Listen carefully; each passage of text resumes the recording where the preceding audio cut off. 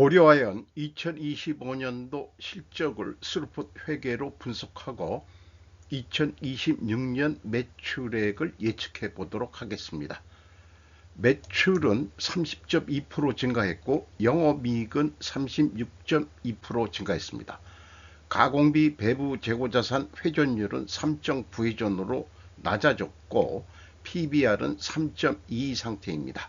그리고 고려아연은 재고자산 평가 손실 작업을 하지 않는 대표적인 기업입니다. 구독, 좋아요 부탁드립니다. 고려아연에 대한 사업 개요 내용을 정리했습니다. 본사는 종로구 33번지에 자기 빌딩이 아니고 임대 빌딩에 들어가 있는 거로 알고 있습니다. 고려아연에 대한 그 제품 생산 등을 소개하고 있고 종속 회사들도 소개를 하고 있습니다. 호주에서부터 먼저 자회사들을 만들었는데 썬메탈 코퍼레이션, 여기를 제가 한번 견학 내지는 업무 때문에 가본 적이 있습니다. 또 전자폐기물 재활용을 위한 페달 포인트 홀딩스, 이것도 만들어졌고, 그 다음에 신재생에너지는 이것도 호주에 있는 거로 알고 있습니다. 전자폐기물은 요거는 미국에 있는 거로 알고 있는데 호주에도 이게 있는 모양이네요. 그리고 요거는 미국이 맞을 겁니다. 그 다음에 미국에 이번에 그 크루스블 메탈이라고 미국 내 통합 비철금속 재련소 건설을 추진한다고 제 기억으로는 테네시주로 알고 있는데, 여기 자본 형성에 미국 전쟁부가 들어온다는 뉴스가 나왔었죠. 최은범 회장의 적극적인 공격적인 경영을 하는 최은범 회장 얼굴을 가져왔습니다. 스루풋 회계 분석 결과입니다. 매출이 10조 5,342억 원으로 전년보다 30.2% 증가했습니다. 매출에 비례하는 매출 재료비는 7조 9,246억 원으로 32.6% 증가했습니다. 매출 재료비가 2.4% 더 높게 증가했기 때문에 여기서 우리는 원재료 가격이 상승했다라고 1차 추론을 해볼 수 있습니다. 스루풋율은 24.8%로 1.3% 하락했습니다. 운영경비는 1조 5,615억 원으로 16.3% 증가했습니다. 그 결과 TOE 생산성은 1.67로서 0.1포인트가 상승했습니다. 스루풋 영업이익은 1조 480억 원으로 36.2% 증가했는데 원가회계 영업이익보다는 1315억 원이 적은 수치입니다. 이것은 가공비 배부 재고자산이 크게 증가했기 때문입니다. 스루풋 영업이익률은 9.9%로 0.4% 상승했고 원가회계 영업이익률은 11.2%로 1.1% 상승으로 산출이 됩니다. 원가회계 손익 내용입니다. 최종적으로 당기순이익은 7,715억 원으로 나오네요. 재고자산 내역입니다. 상품, 제품, 반제품, 제공품, 부산물, 요거를 가공비 배부 재고자산이라고 하죠. 2조 3,116억 원으로 크게 증가했습니다. 전년보다 무려 1조 390억 원이나 크게 증가했습니다. 전체 재고는 2조 4천억 원이나 또한 크게 증가했습니다. 원재료도 많이 증가했죠. 그리고 미착자재가 꽤 많이 증가되어 있는 상태입니다. 그래서 일반적으로 다른 제조업을 할 때는 매출 증가율보다 가공비 배부 재고자산 증가율이 너무 높으면 바람직하지 하지 않다고 보고 있는데, 이것은 국제 귀금속 가격 상승에 의한 재고 생산으로 해석해 볼 수도 있겠습니다. 만들면 팔린다 하는 시장 지배적 사업자로서의 그런 의사 결정일 것 같아요. 경쟁업체로서는 이건 바람직하지가 않을 겁니다. 비용의 성격적 분류 분석 내용입니다. 제품과 제공품의 감소라고 회사는 표시하고 있고, 1조 390억 원이 마이너스로 표현됐다는 것은 증가했다는 뜻이고요. 원재료 사용액 및 상품 매입액은 표준적인 표시 방법입니다. 8조 8,322억 원, 합쳐서 7조 7,931억 원, 31.4%가 증가했습니다. 이 운영 경비에서 판매 관리비 2,819억 원을 뺀 1조 2,796억 원이 공장 가공비가 되겠고, 가공 비율은 12.7%, 2.6% 내려가게 산출이 되고, 생산 재료 비율은 87.3%로 2.6% 상승했습니다. 여기서도 우리는 원재료 가격이 상승했다라고 2차 추론을 해볼 수 있습니다. 재고자산 증감 내역입니다. 회사는 가공비 배부 재고자산을 증감으로 하고 있다는 게 입증이 되고, 이것이 가장 표준적인 방법이고, 1단계가 맞으면은 다음 단계도 대부분 다 일치합니다. 2단계 PQ 총 제조 비용도 일치합니다. PQ 생산 재료비도 일치를 합니다.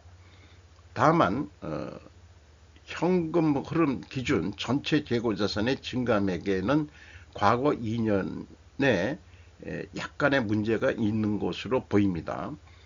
2024년도는 7,200만원, 2023년도에는 332억 원의 그 차이가 있는데, 요거를 현금식으로 읽으면 이렇게 이해가 되겠죠. 현금이 925억 원 들어왔으면 재고가 그만큼 감소가 돼야 되는데 어떻게 1258억 원이 감소했느냐, 이렇게 질문을 하면은 아마 그 누락된 것 같은데, 종속기업 K잼 동박제조회사 자회사를 만들었는데 거기에 그 재고가 이전된 게 있지 않겠냐, 이렇게 좀 생각을 합니다. 그 동박제조업체에서 근무하던 그 직원을 개인적으로 좀 알기 때문에 여러 얘기를 좀 들었던 기억이 납니다. 원가 회계하고의 영업이익 차이 1314억 원, 5억 원. 요것은 그 매출원가 재료비와 매출 재료비 차이가 동일한 금액이고요. 이것은 재고 증가액에서 가공 비율을 곱하면 검증이 되겠습니다. 주요 운영 경비입니다. 인건비가 2,542억 원, 14.4% 증가했습니다. 직원 수는 2,054명으로 110명이 증가했습니다. 전년도에는 66명이 증가했고요. 인당 평균 임금은 1억 2,380만 원으로 8.3% 상승했습니다. 전력비를 많이 쓰고 있습니다. 2,155억 원, 12.2%.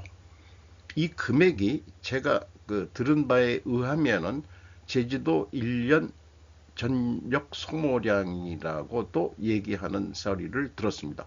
뭐 옛날 얘기이기 때문에 뭐 지금은 제주도도 전력 소요가 뭐 많이 들어가겠죠. 그렇게까지 전력을 꽤 많이 쓰고 있다, 이런 얘기가 되겠어요. 수선비가 많이 들어가네요. 42.6% 증가했습니다. 운반 보관료는 16.6%가 감소했고요. 지급 수수료가 33.5% 증가했습니다. 상시 고용 직원의 존재는 리스크 관리 전략의 핵심 요소다. 이런 거를 그 스킨 인 더 게임 중에서 발췌했는데, 저는 상시 고용 직원은 인적 자원으로 표시를 하고 있고요. 이 세상이 복잡성과 변동성의 증가가 되고 있는데 해결책은 제약이론 경영이라고 믿고 그렇게 또 소개들을 하고 있습니다. 경영평가 지표로 재고 회전율이 가공비 배부 재고 자산 회전율이 3.9회전으로 재고가 크게 증가했기 때문에 재고 회전율이 크게 떨어졌습니다. 수르픈율은 1.34% 내려갔습니다. 동일한 방향으로 내려갔으면은 투명회계 가정을 일단 세웁니다. TO의 생산성은 반대로 9.8% 상승했습니다. 총 자산 회전율은 0.62로서 제조업이라면은 2를 지향해야 되는데 본인의 그 자산 규모보다 아직 활용률이 지금 떨어지고 있다. 이렇게 볼 수 있겠습니다. 회사 규모가 커졌는데 그만큼 매출은 비례해서 신장을 못했다고 볼 수가 있겠죠. 영업구매평가지표로 매출 채권 수금 속도는 매우 높습니다. 다만 매입 채무 회전율은 느려졌네요. 뭐 딴 데 돈을 많이 쓰다 보니까는 이렇게 늦어졌나요? 아니면은 이게 대부분 원재료 구매 하는 외국에서 수입되는 그 원재료에 대한 대금 지급 속도라고 봐야 될 것 같습니다. 두퐁 ROI 자본 회수율은 10.2%로 1.3% 하락했습니다. 앞서 얘기한 대로 두 가지 경영평가 지표가 하락했으므로 회계 투명성 가정을 세우는데 이를 입증하려면은 원재료 가격이 상승해야 되고 판매 가격은 인하가 되어야 됩니다. 그리고 필연적으로 존재할 다른 증거를 대라 그러면은 수량에 의한 재고 회전율도 산출을 해서 하락했음을 보여줘야 될 건데 수량으로는 다르게 나올 수도 있을 것 같은 느낌이 들어가네요. 왜냐하면은 미리 말씀드리지만은 귀금속 가격이 너무 뛰어가지고요. 원재료인 아연정광, 연정광 이 중량 장사기 때문에 가중 평균율이 의무적이라고 해야 되겠습니다. 그 중량 장사는 필히 가중 평균으로 추적을 해야 된다고 저는 그렇게 생각을 합니다. 물론 다른 중량 장사 아니더라도 그 가중 평균을 할 수 있으면 해야 됩니다. 21.1% 단순 평균으로는 17.2%지만은 21.7% 원재료 가격이 상승했습니다.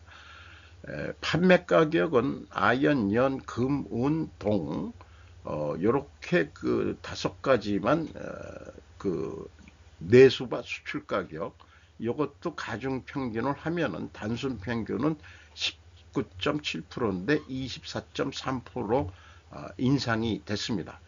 여기에서 우리가 짚고 넘어가야 될 것은 금 가격이 요게 그 단위가 이게 1kg일 거예요. 1억 6천만 원. 무려 52.3%가 인상이 됐습니다. 수출을 2024년도에는 안 했다가 그 2025년도에 좀 수출을 한 게 있네요. 은 가격도 62.1%나 크게 인상이 됐습니다. 이런 그 가격 때문에 그 재고도 크게 늘지 않았나 이렇게 생각합니다. 동도 12.9% 증가했네요. 기본 주 생산품인 아이언은 8.3%뿐이 증가를 안 했고 수출 가격이 더 높게 증가했네요. 납은 수출 가격도 더 높게 증가를 했습니다. 상승이 됐습니다. 그래서 지금까지 분석한 내용을 요약을 해보면은 1, 2차 출원의 원재료 가격 상승했고 또 투명회계 가정은 원재료 가격 상승해야 되고 판매 가격도 하락해야 되는데 원재료 가격 상승은 맞는데 판매 가격이 상승됐기 때문에 50% 입증 실패라고 얘기할 수 있을까요? 투명한 기업으로 저는 생각하기 때문에 조금 아쉽지만은 그래도 좀 뭐 이쪽을 좀 두둔한다는 표현을 한다면은 제가 알고 있는 정보로는 인디움 등 고가 금속과 또 다른 것도 수출한 적이 있죠. 이 망간괴인가 이런 것도 미국에 군수물자로 수출한 실적이 있습니다. 또한 여기에 삼성전자나 SK 하이닉스에 납품하는 전자급 황산에 대해서는 노출된 데이터가 없습니다. 뭐 이런 거가 다 들어간다면은 아마 입증이 될 거라고 저는 생각합니다. 현금 흐름 재무지표입니다. 1번 EAT 세후 현금 순이익 1조 7,107억 원의 현금 순이익이 있습니다. 일반적으로 단기 순이익보다는 비현금 조정액 때문에 높게 나오게 되어 있습니다. 비현금 조정액의 대표적인 것은 감가상각비, 현금이 안 나가는 비용들이죠. 이런 것들을 합치면 실질적으로 현금으로는 1조 7천억을 벌었다고 볼 수 있습니다. 두 번째 EMS 영업활동 전체 사업활동으로 유입된 돈은 1조 3,575억 원이고 최종 719억 원의 현금이 유출되었다고 보여집니다. 보여진다기보다도 그렇게 산출이 됩니다. 그리고 캐펙스 자본적 투자에 7,504억 원을 투자했습니다. 전년도에도 3,440억 원을 투자했습니다. 관계 및 종속기업 비율은 24.1% 내려갔었는데 이게 투하자본이 증가했기 때문에 내려간 거로 산출이 되네요. 잉여 현금 흐름입니다. 채권자한테 814억 원을 갚았습니다.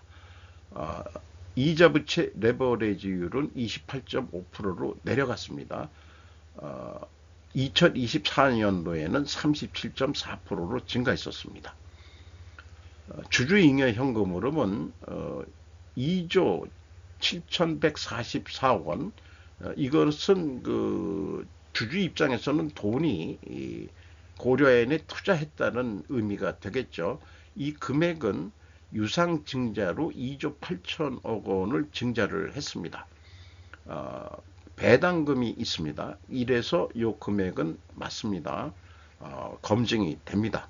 그 다음에 2024년도에는 자기 주식 투자 취득과 그 다음에 배당으로 2조 4천억 원이 주주들한테 돌아갔습니다. 납입자본 성장률 2.3배로 떨어진 것은 이 자본이 유상증자가 됐기 때문에 떨어진 거로 산출이 되고 이익잉여금률도 139.1%로 떨어지게 산출이 됩니다. 자본이 증자가 됐다는 얘기죠. 2025년도 실적을 토대로 2026년 매출을 예측해 보도록 합니다. 운영경비가 16.3% 증가했는데 2026년도는 15%만 증가한다고 봤고 그 다음에 영업이익이 36.2% 증가했는데 높게 잡아서 40% 공격적인 경영을 더 좀 하자. 그리고 스르픈율로 나누면은 13조 1720억을 할 것 같습니다. 이 25% 이 매출 증가를 매출 재료비에 적용해서 왜냐 스루풋 회계는 매출에 비례하는 매출 재료비이기 때문에 그렇습니다. 다만 제가 조금 조정한 것은 매출 재료 비율이 75.2%인데 75%로 좀 낮추고 스루풋율, 마진율을 좀 0.2% 좀 올리자. 요랬을 때는 13조 2120억 원의 매출 목표를 세울 수 있겠습니다. 그래서 13조 2천억 원의 공격적인 매출 목표를 잡자고 했을 때 예상 영업이익은 1조 4,952억 원. 그런데 더 노력을 해서 재고 회전율이 3.9회전뿐이 안 되는데 4회전으로 다시 올리자. 이렇게 되면은 뭐 그렇게 노력을 많이 안 해도 1.9%더 노력을 하면은 매출액은 13조 4,653억 원으로 올라갈 것이고 운영경비는 0.3% 증가한다고 예상합니다. 이 운영경비는 0.3%는 판매 증가율 곱하기 운영 경비율을 하면은 0.3% 맥시멈 증가한다고 보면은 영업이익은 1조 5,658억 원으로 증가할 것이라고 예상이 됩니다. 원가 회계상으로 재고가 크게 증가했었는데 25%를 감소시켰다고 봤을 때 총 제조 비용이 12조 4,800억인데 매출원가가 재고가 감소하면은 13조 원으로 늘어나고 재고가 25%를 증가한다면은 총 제조 비용이 12조 4,800억인데 11조 9천억으로 떨어지는 게 원가 회계의 매직이죠. 그러면은 어떤 거를 영업으로 하겠느냐? 동일한 목표 이익을 가졌을 때 재고가 감소할 때는 더 많이 팔아야 된다는 얘기가 나오고요. 거의 15조 원을 해야 된다는 얘기가 나오고 재고가 감소할 때는 재고가 증가할 때는 13조 8천억 원만 하도 목표이익은 나오게 되어 있습니다. 이것은 제가 계속 주장하는 거지만 잘못된 세계입니다. 원가 회계는. 그래서 사업 계획을 하자면은 재고 증감 이런 거를 할 수는 없으니 아마 그 영업에서 이런 식으로 그 부풀린 견적을 할 것 같다. 재료비, 가공비, 총 제조 비용이 얼마기 때문에 판매 관리비 요거 넣고 그 다음에 이제 마진 뭐 실제 그 예측하는 것보다는 적게 해가지고 14조 4천억 원을 해야 된다라고 얘기를 하는데 제가 감소 기준으로 스루풋으로 그 스루풋은 13조 2천억이면 충분하거든요. 이렇게 비교를 하는 것은 납품 단가 이 교육이라기보다도 어떻게 협상을 하는 것이 바람직하냐 이런 거를 서로 그 학습하고 논의했을 때 스루풋으로 결정해야 된다. 그러면은 영업 손실로 나와버립니다. 이것이 원가 회계이기 때문에 14조 4천억 그러니까 비싸게 팔아야 된다는 논리가 나오는 거죠. 원가 회계는. 그래서 어쨌든 계약이 13조 2천억 원이 됐다고 한다면은 뭐 어떤 그 톤당 가격이라고 비유를 해보죠. 적자가 나니 매출을 더 노력을 해서 2%를 더 해서 좀 더 올려보자 하더라도 결론은 요거는 그 슬프상 노력해서 더 받는 거고요. 그래도 적자를 물만하는 것으로 나오게 됩니다. 따라서 그 이 비교를 한 건데요. 재고 증가 시에도 워낙 그 이 계약 단가가 낮아진다면은 이익이 날 리가 없죠. 스루풋상으로는 이익이 분명히 나는데 그래서 항상 재고가 증가해야 한다는 그 전제 조건은 원가 회계가 잘못된 세계라는 것을 여기서도 극명하게 나타난다고 할 수 있겠습니다. 주가는 162만 원으로 1년 전보다 70만 7천 원이 상승했습니다. PBR은 3.2 상태고요. 74% 상승했습니다. 주주 내역을 보면은 YPC가 25.21%, 크루스블 조인트 벤처 10.59% 이것이 이제 미국에 새로 만든다는 종속기업이고 미국 정부가 전쟁부가 물주로 들어오는 것도 있다는 뉴스가 있었죠. 한국기업투자홀딩스는 이 많이들 그 영풍과의 경영 분쟁 때문에 영풍 거의 그 자본을 다 빼가지고 이걸 만들어 가지고 고려아연에 밀어 넣습니다. 8.25% 경영 분쟁권 때문에 다 이런 주주 변동이 일어난 것으로 이해가 됩니다. 국민연금공단이 돈을 빼겠다고 했는데 5.2% 남아 있고 HMG 글로벌 LNG 이게 HMG가 현대 모타 그룹입니다. 5.1% 우호 지분으로 들어와 있습니다.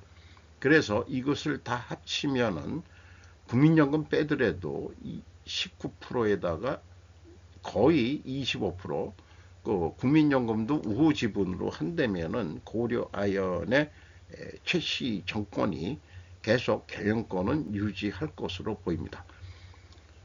또 외국인이 9.68% 가지고 있는데 외국 자본들도 미국계 자본이니까 미국의 재련소 짓게 하겠다는데 아마 우호 지분으로 작용할 것으로 그렇게 생각을 합니다. 이 주총이 있는데 영풍과의 경영권 문제, 이사회의 인원수의 그 부족 문제 이런 것들이 YPC는 결국은 이 MBK 그 적대적 인수를 하려 했던 거기하고의 그 싸움인 거죠. 어떻게 보면은 중국하고 관련된 그런 거의 싸움이라고 좀 생각이 들어갑니다. 매우 중요한 국가기관 산업이기 때문에 외국 자본에 넘어가서는 안 된다고 생각을 합니다. 아까도 언급했듯이 이 로스차일드가 원가 회계를 쓰레기통에 버리라는 발언이 나왔으면 하는 희망사항을 쓰는 겁니다. 왜냐? 맨 처음 ESG를 주창했던 로스차일드 자체가 그 쓰레기통에 버리고 새 용어 찾자. 그 새 용어가 스르풋 회계이기, 스르풋 사고방식이기를 바람하지 않습니다. 오늘도 좋은 하루 되시기 바랍니다. 굿다이.